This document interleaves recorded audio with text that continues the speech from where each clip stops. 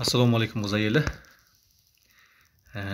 Biz aldığımız videolarımızda, keskinlerimizde Kızılca Rasul туралы зерттеулер жасадық. Қай жерлерде Қызылжар деген жерлер бар екен, Қазақстанның 25 орынды зерттеп көрдік. Қай-қайсы бір кезіндегі Құдайназар бабамыздың қалмақтармен ұрыс салған жеріне үйлеседі сол кездегі жағдайға деп. Енді одан кейін Қызылжал деген жерді де көрдік. Қызылжал деген жеріміз өзі біреусі ауылдық жердің аты екен, және біреусі өзеннің атауы екен. Оны да саралап көрдік. Сондай бір күрделі тау үлгілері бар ма жоқ па тексеріп көрдік. Енді мына біздің Қызай анамыздың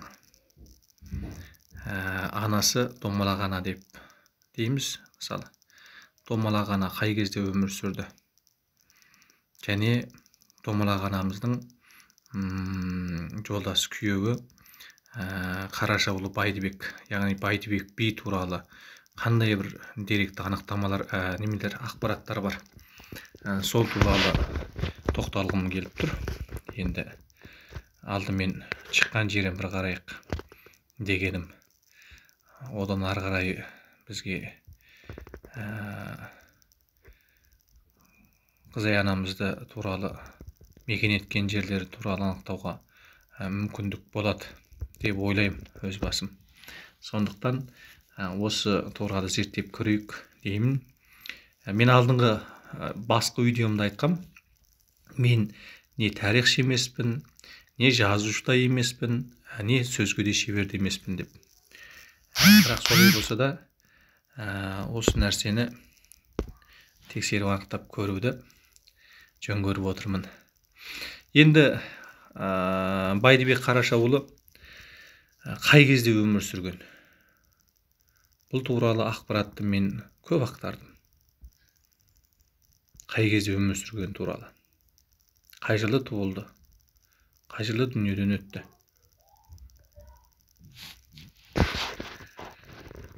Бұл жерде Тоқсары деген бақсы сол кісімен бірге аралаған екен. Енді біздің әңгімеміз Байдыбек би жөнінде болғандықтан, Байдыбек би оны Арыстан 41-ші ұрпағы деп. Ал енді қазір өмір сүріп жатқан Байдыбек бидің 50-ші ұрпақтары, біздің балаларымыздың балалары 50-ші ұрпаққа жетті. Оны айтып отырған себебіміз, жаңа 28 деп айттық, 28-ді бөлсек 1400 жыл уақыт шығады. Сонда Байдыбек бабамыздың осыдан 1400 жыл бұрын өмір сүргені дәлелденіп тұр. Енді жазба дерекке қарасақ, Қарашаулы Байдыбек дейді. 11-12 ғасырларда өмір сүрген дейді. Жетісу алабында көшпелі тайпалардың көсемі дейді. Ақыл парасатымен, ерлік істерімен елге ұйытқы болған тарихи тұлға. Ел ішінде қария сөздері, даналық ауызша тарихнама бойынша Улы жүздің Үйсін бірлестігінің құрамында Албан, Суан, Дулат, Сары Үйсін, Шапырашты, Істі, Ошақты тайпаларының Байдыбекті өздерінің түбатасы деп біледі. Байдыбектің әкесі Қараша 530 жылдан 604 жыл аралығында өмір сүрген. Байдыбектің ұрпағы Майқы би туралы Қытай жинамаларында Мұхаммед Хайдар Дулатидің 1499 жылы 1551 жылы өмір сүрген Мұхаммед Хайдар Дулати еңбегінің деректерінде кездеседі дейді.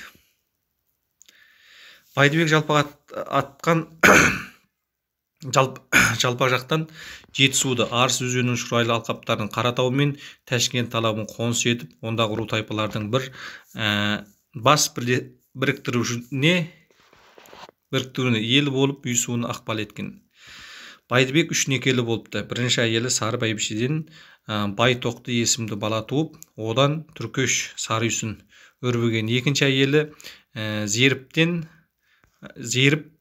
Жалманбет туады. Одан Шапырашты, Ошақты Істі өрбіген. Үшінші әйелі есімі Исі қазаққа мәшһүр әулие Домалақ ана. Бұл кісінің шын аты Нұрила. Домалақ анадан Тілеуберді туады. Тілеуберді ел аузында жарықшақ, жарықбас атап атанып кеткен. Жарықшақтан албан суан туылат өрбейді дейді. Енді осы деректерге қарайтын болсақ, Байдыбек әкесі 530 жыл өмір сүрсе, 604 жылға дейін. Сонда Байдыбек 500 жылдың ортасынан 600 жылдың басына дейін өмір сүрген белгілі болып тұр. Бұл бір тарих, жазба тарихта. Енді арақтардың, берақтардың Байдыбек туралы негізгі YouTube арнасында Байдыбек туралы мәліметтерді айтады, бірақ туған жыл, бағанағы дүниеден қайтқан жылдар туралы ешқандай мәліметтер жоқ, айтылмаған. 2-3 жылдың алдындағы мәліметтерде де солай. Осы жақынғы уақыттағы мәліметтерде кейінгі жылын, туған жылын, қайтыс болған жылдарын тұрақтандырған. Одан бұрынғы жылдардың бәрінде сол кезіндегі 7-ші ғасыр, 6-ші ғасырды көрсетіп отыр. Бұл енді 7-ші ғасыр, 6-ші ғасыр болса, Домалақ да сол кезде дүниеге келді. Ал енді біз Қызай Домалақ балалары болсақ, қызының баласы болсақ, онда бізде сол 7-ші ғасырға қарай кетіп қалатын жағдайымыз бар екен. Енді бұл бір тарихшылардың жазған тарихи кітаптарында және мынаны республикамыздың бір сайты бар екен, тарих деме, солай бірдеме деген. Сол сайттан алдым. Сол сайттан алғанымда осылай жазылыпты. Бұда 11-12 ғасыр деп көрсетіп тұр. Бірақ әкесін 6-ші ғасыр мен 7-ші ғасырда тура келіп тұр.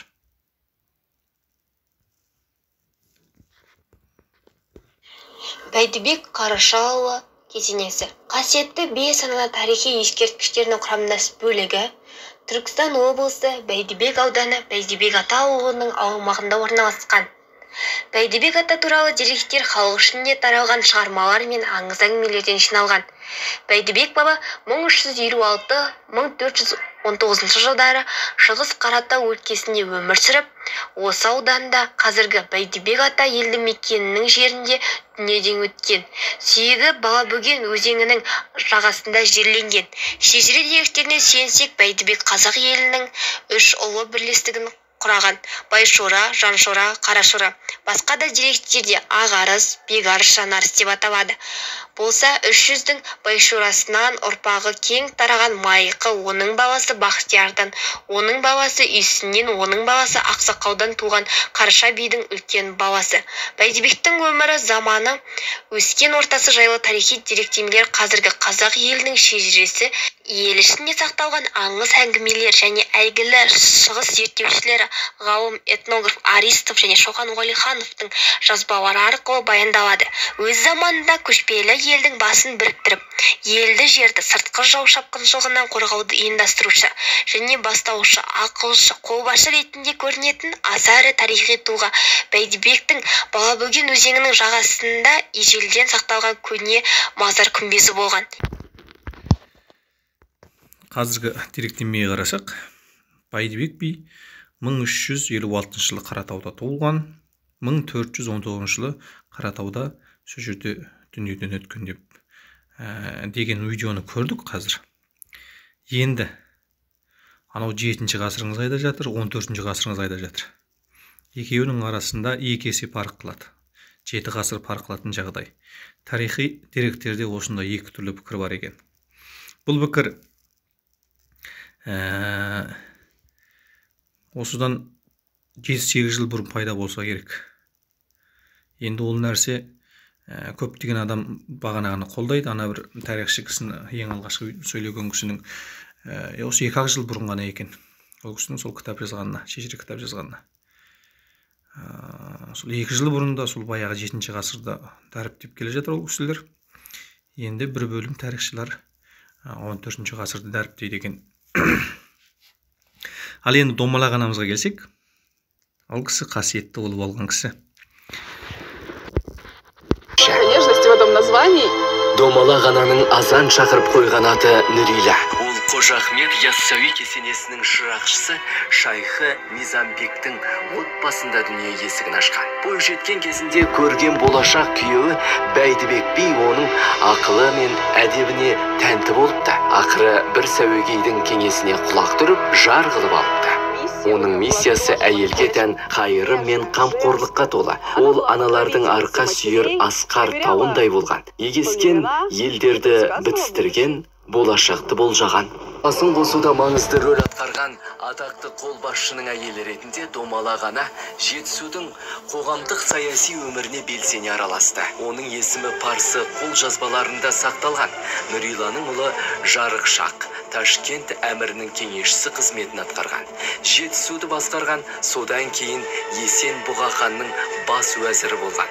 Жарықшақ анасының ақыл парасаты мен тапқырлығын мойындап, кеңесіне жүгініп отырған. Әйелдің ел би. Домалақ ана туралы тағы бір деректе бағанағы Бәйдібек би сияқты 11-12 ғасырларда өмір сүрген кесененің, осы бағанағы видеодағы көрінген кесененің өзі ең алғашқысы сол 11 ғасырда 12 ғасырға тән сөгезде бой көтере бастаған деп жазылған екен. Содан кейін неше рет қирау болған, қайтадан оңшалған, қайта қираулар болған, солай жағдайларды көрсетеді екен. Енді кесенесін қарасақ та, Домалақ анамыздың кесенесінде ол кісінің туылған жылы және қайтыс болған жылдарын ешқашан жазбаған. Жылдар туралы мәлімет жоқ, солай жазылмаған. Бәлкім қоғамдағы екі түрлі пікірдің себебінен солай шығар.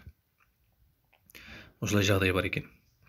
Енді Домалақ анамыздың кейінгі туған жыл ай күндерін жазған кісілер енді оны 1378 жылы дүниеге келген, 1456 жылы дүниеден өткен деп жазылады екен.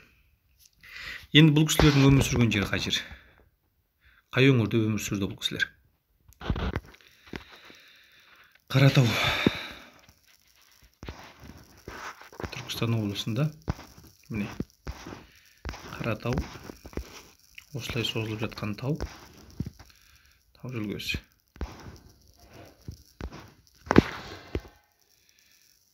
Қалай десек болады?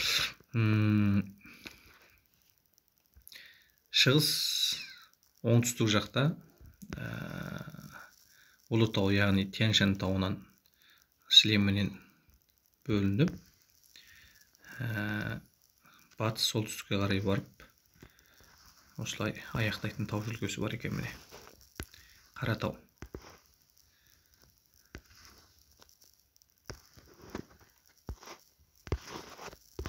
Осылай.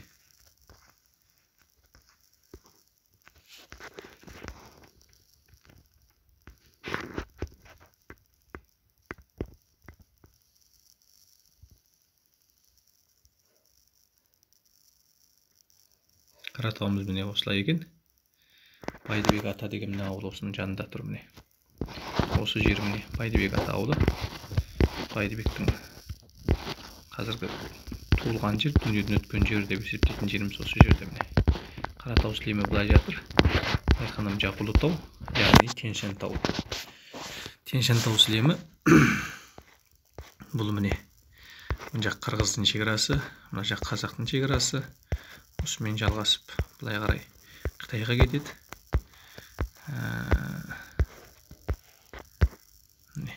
Қытайдың жерінде, яғни Қытайдың жоғарғы Іле аймағының Күнес ауданының жоғарғы басынан басталады. Сол басталғаннан осылай келеді.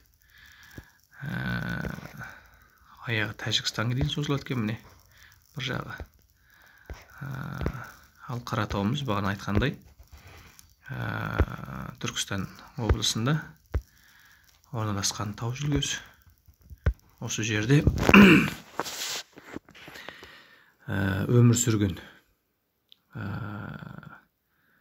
Домалақ анамызда Бәйдібек би де осы жерде өмір сүрген екен. Енді Домалақ анамыздың Жарықшақ кезінде Жетісуды билеген дейді. Жетісуға билік жүргізген дейді. Жетісу айда жатыр. Жерде міне Бішкек дейді, Алматы дейміз. Жетісуымыз мына жерде жатыр міне. Жетісу. Талдықорған. Осы өлкені билеген осы жақты билеген, мына жақта туылған, мына тұрған, мына жерде туылған Жарықшақ, мына жерді билеген, кезінде билігін жүргізген. Енді Домалағанадан Жарықшақ, Жарықшақтан Албан Суан Дулат, Үшіру тараған. Мысалы, Байдыбектің ұрпағының ішінде ең өскен ру осы Үшіру екен. Яғни Жарықшақтың ұрпақтары ең өскен рулар екен.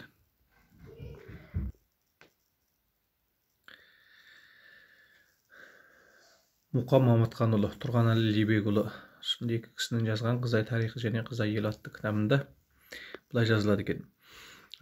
Қызайым, Қызай, 1402 жылы қазіргі оңтүстік Қазақстан облысы Қаратаудың Ұзынбұлақ ауылында туылған дейді. Ал енді Қызай 17 жасында келгенде, яғни 1419 жылы алыс жердегі Матайдың Төлегетай атты баласының қараған төрт ұл Қаракерей, Садыр, Матай сынды төрт баласының кенжесі Матайдың Аталық деген ұлынан туылған Құттыболаттың екінші ұлы Шағырға ұзатылады дейді. Және сол жылы Қызайдың әкесі Байдыбек дүниеге салады дейді. Ұзатылған жылы Қызай анамыздың әкесі Байдыбек би дүние салған дейді. Енді бүгін шамамыз келгенше осыны зерттеп көрдік. Байдыбектің қай кезде өмір сүргені туралы. Яғни бір бөлім тарихшылар 7-ші ғасыр дейді. Енді бір бөлім тарихшылар 11-12 ғасыр деп жазылғаны да бар мысалы. Яғни 11-12 ғасырда өмір сүрген. Домалағананың кесенесі 12 ғасырда, ең алғаш кесене сол кезде бой көтере бастаған деген сияқты мәліметтер бар. Яғни енді кейінгі тағы бір бөлім тарихшылардың есебі бойынша айтып өттік. Домалағана 1378 жылы дүниеге келіп, 1456 жылы өмірден өткен. Ал Байдыбек би болса 1356 жылы дүниеге келіп, 1419 жылы дүниеден өткен деп жазылады екен. Байдыбек би алдымен өмірден өткен. Содан кейін барып Домалағана кейін деп өмірден өтеді. Ол туралы деректі фильмда шықты. Қазақстан ұлттық арнасында жақын уақытта көріп өттік мысалы. Сол балалық шағы туралы мысалы. Ол енді Қазақстан арнасындағы сериалында да ол жерде де бұл кісілер туралы нақты мәліметті айтпайды бағана. Қай ғасырда өмір сүрген, болмаса қай жылдары туылып, қай жылдары дүниеден өткен деген сияқты мәселелерді. Осындай пікір бар екен. 7-ші ғасыр, 11-12 ғасыр және 14-15 ғасыр. Тыңдағандарыңызға рахмет. Құдайым бұйырса келесі видеомызда бағана Қызай анамыздың ұзатылып барған жері, Матай руының қай жерде өмір сүрді, қай жерді мекендеді деген нәрсеге қарастыратын боламыз. Енді бұл жерде бір маңызды бір нәрсе айтылды деп білемін. Бағанағы Домалағанамыздың ұлы Жарықшақтың кезінде Жетісуды билеген сондай билік басындағы адам болған білдік. Ол кісі Жетісу қайда жатыр, Қаратау қайда жатыр. Өздеріңіз біліңіздер енді соны. Мысалы, енді одан кейінгі ұрпақтар қайда өмір сүрді. Мысалы, қазір ұрпақтар қайда өмір сүріп жатыр.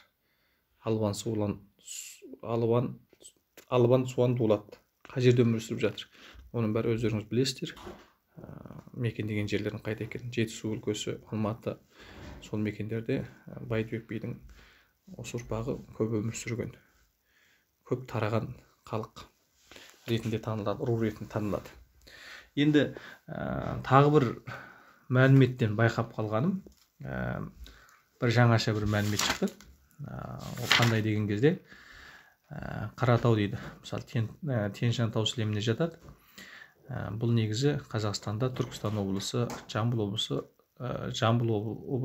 Қызылорда облысы, осы үш облыста Қаратаудың сілемі бар. Қаратау деп аталатын таудың. Енді 14-15 ғасырларда бұл Арғын тауы деп те аталған дейді. Арғын кім?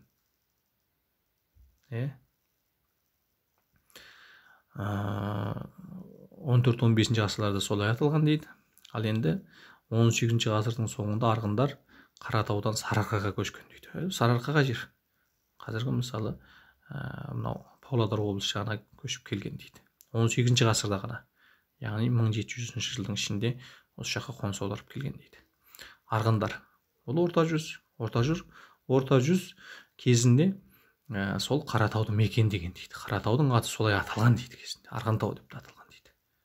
17 ғасырдың алдында. Осыдан қарайтын болсақ, орта жүздің мекендеген жері де сол жақ болған. Орта жүзде мекендеген сол жақты. Ұлы жүзде мекендеген сол жақты. Рахмет. Келесі видеода кездескенше.